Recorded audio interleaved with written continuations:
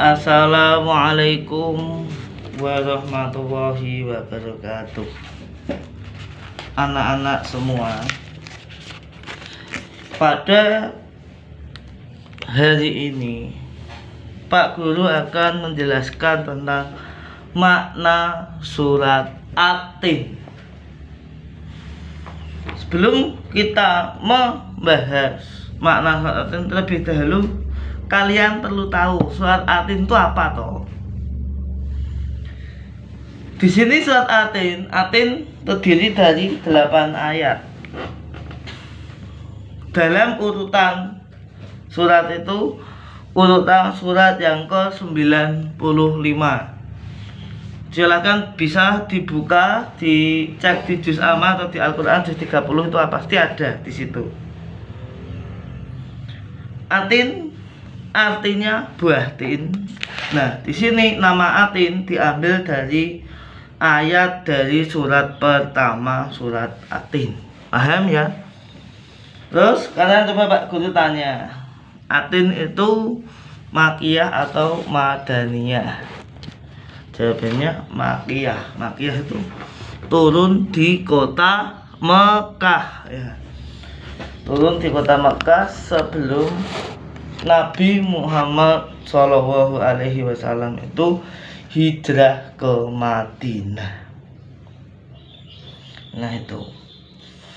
Kemudian ada pertanyaan? Nggak ada ya. Kita ke makna At-Tin. Kita coba memaknai berlafal berkata agar nanti sekaligus ada penjelasannya biar kalian nanti paham.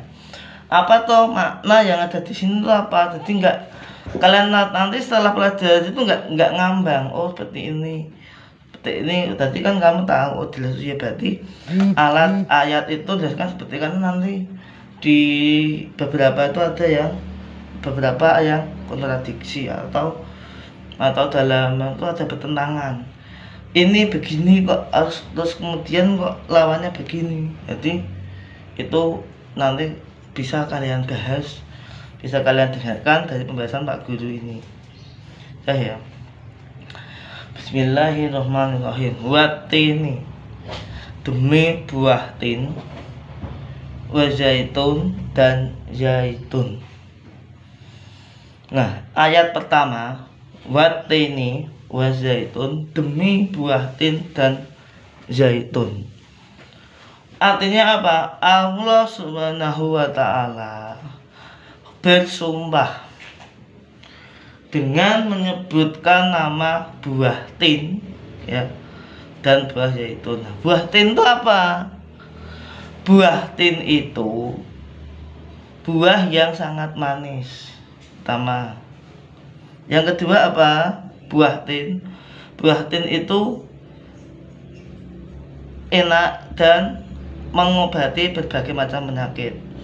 Yang ketiga, buah tin yaitu satu di antara beberapa atau bahkan mungkin satu-satunya buah yang muncul tanpa proses bunga. Nah itu kalian bisa melihat di sekitar Ambarawa itu ada buah tin. Itu di Kupang itu ada, di temannya Pak Guru itu ada di sana.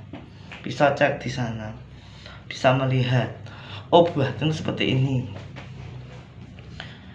Dan buah zaitun itu bisa digunakan untuk minyak, untuk menghaluskan kulit, atau bisa dibuat campuran minyak goreng untuk memasak itu juga bisa. Itu enggak masalah ya. Berarti itu kan ada suatu keutamaan sendiri. Minyak zaitun itu banyak digunakan.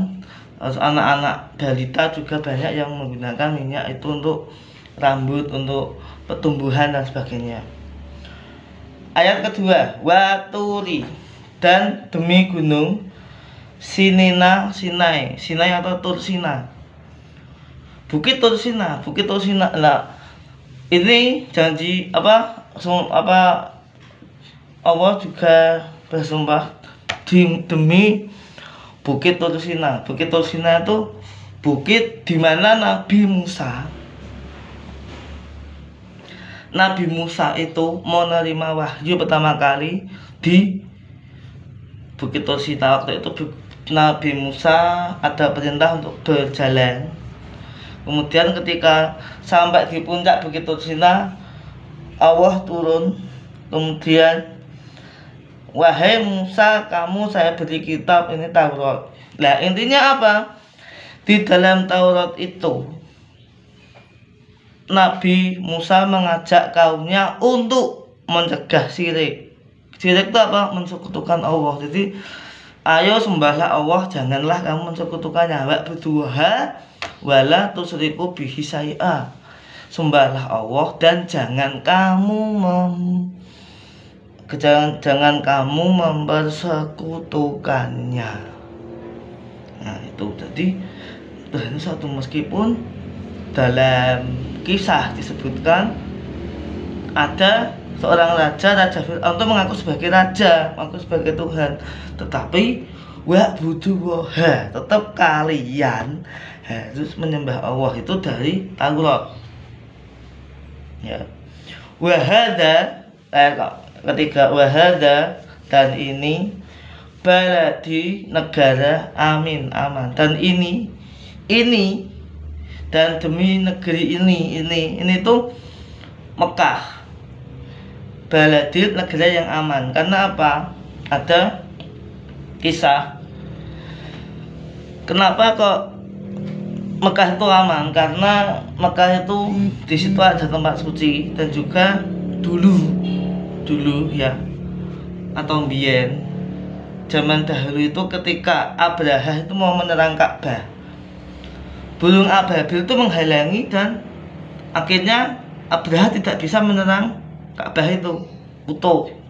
Dan besok ketika menjelang kiamat itu dalam ceritanya itu dijelaskan bahwa Dajjal itu bisa masuk ke negara manapun kecuali Mekah. Itu sudah dijelaskan dalam kitab, dalam Al-Quran sudah dijelaskan bahwa Mekah dan Madinah itu tidak dimasuki oleh Dajjal.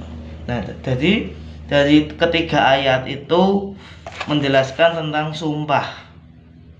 Kemudian ayat yang keempat, laqad khalaqnal insana fi ahsani taqwim. Laqad, maka sesungguhnya, khalaqna, kami telah menciptakan, al insanu, manusia, fi, dalam, ahsani itu bagus, taqwim, bentuk. Jadi di dalam ayat keempat ini Allah itu menegaskan, Allah menjadikan manusia sebagai makhluk ciptaannya yang paling baik.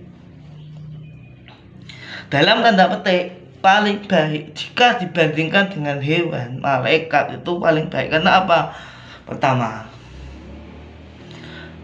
Allah itu menciptakan manusia, mereka mempunyai akal dan pikiran, dan juga nafsu, akal dan nafsu. Kalau hewan hanya diberikan nafsu tapi nggak punya akal. Malaikat punya akal tapi nafsu nggak punya, karena malaikat hayawaniyah. Tapi manusia diberikan akal dan nafsu. Maka dari itulah kemudian muncul, ini ada terusannya, summa, kemudian rodatnahu, kami kembalikan kepada kamu, asfala, ke dalam tempat safilin, yang serendah-rendahnya. Nah, ini yang tadi Pak Guru ceritakan, ada pertentangan. Mengapa Allah menciptakan manusia dalam yang bentuk sebaik-baiknya, tetapi kenapa kok dilanjutkan dengan yang serendah-rendahnya? Nah, itulah ada yang namanya akal dan nafsu. Di dalam surat As-Sam, fa'alhamaha fujuraha wa taqwaha. Allah itu memberikan ilham kepada manusia fujur, dosa, dan takwa. Tinggal milih. Kalian tinggal milih. Banyak menggunakan akal atau nafsu. Kalau menggunakan akal untuk kebaikan, insya Allah surga. Tapi kalau banyak menggunakan nafsunya, bisa menjadi neraka. Hati-hati. Maka nggak heran ketika ada syair tiket swarga regane murah nanging aneh akeh sing megah, dan disambut dengan tiket neraka regane larang nanging sing seneng ya pirang-pirang. Itu betul. Berbuat baik itu sebetulnya mudah, tapi susah untuk dilakukan. Kamu ke masjid, terus menebarkan salam, terus berbagi dengan sesama, itu mudah dan tidak perlu uang banyak. Itu aja kadang banyak yang nggak mau. Tapi kalau beda dengan yang itu tadi, yang disampaikan tadi, beda kalau ada judi, minum, harganya berapapun pasti dibeli. Tuh. Makanya di sini ada 3, harus dilanjutkan kembali. Ila, kecuali, summa rodatnahu asfala safilin. Kami kembalikan ke tempat yang rendah-rendahnya. Ila, kecuali.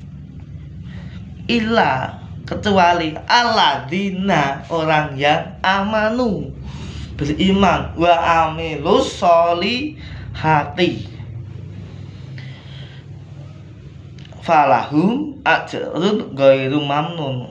Illa alladzina, orang yang aman beriman, wa amilu, dan beramal, sholihati, soleh, falahum, maka mereka akan mendapatkan pahala, ajrun ghairu, yang tiada mamnun, putusnya. Jadi pahala yang tiada putusnya. Idza mata ibnu adama in qata'a amaluhu illa min salasin, au sedekah jariyah, au ilmu yang tafa'u bihi ilma, au waladun sholihun yad'u lahu. Tidaklah putus amal seseorang kecuali 3. Yang pertama sedekah jariyah, yang kedua ilmu yang manfaat, yang ketiga anak soleh yang mendoakan orang tuanya. Ada cukup. Kita lanjut. Fama yukadzibuka ba'du bidin, maka bila mereka yang menyebabkan yukadzibu, mendustakan, ba'du, hari pembalasan, setelah itu. Nah itu, jadi awal itu fama yukadzibuka ba'du bidin, maka apa yang menyebabkan mereka mendustakanmu tentang hari pembalasan setelah ada keterangan itu. Nah itu orang-orang kafir. Allah mempertanyakan orang-orang kafir yang apa? Yang mendustakan hari pembalasan setelah itu. Nah itu mereka tuh orang yang berpikiran bahwa orang nek wis mati dicemplung, dipendem wis kayak pitik. Itu yang dimaksudkan seperti itu. Itu yang dipertanyakan. Karena apa? Orang setelah mati itu ada kehidupan lagi di alam barzah. Nanti selesai menunggu kiamat datang, kemudian hayamun ba'as, dibangkitkan. Dan selanjutnya besok dilanjut di kelas 6 untuk hari berbangkit, itu ada di kelas 6. Pak Guru akan jelaskan itu, tapi intinya jika kamu beriman pasti kamu mempercayai bahwa setelah ini ada hari pembalasan, ada kehidupan lagi. Terakhir, alaihissawahu bi'ah kamil hakimin. Alaihissawahu, bukanlah Allah, bi'ah kamil adalah hakimin yang adil. Jadi Allah itu hakim yang adil, yang besok akan mengadili kalian semua seadil-adilnya. Barang siapa yang berbuat baik dibalas baik, yang jelek dibalas dengan jelek. Itu pasti. surga dan neraka itu tergantung amal dan perbuatan kalian. Paham? Nah, tugas kalian yaitu dari penjelasan tadi, kesimpulan ini tidak sengaja tidak Pak Guru simpulkan, kalian membuat sendiri kesimpulan dari Atin. Silakan kalian jawab, kalian tulis, atau yang bagi kelompok males nulis bisa lewat voice note, bisa berbicara seperti Pak Guru seperti ini. Terima kasih, selamat belajar, jangan lupa pakai masker. Assalamualaikum warahmatullahi wabarakatuh.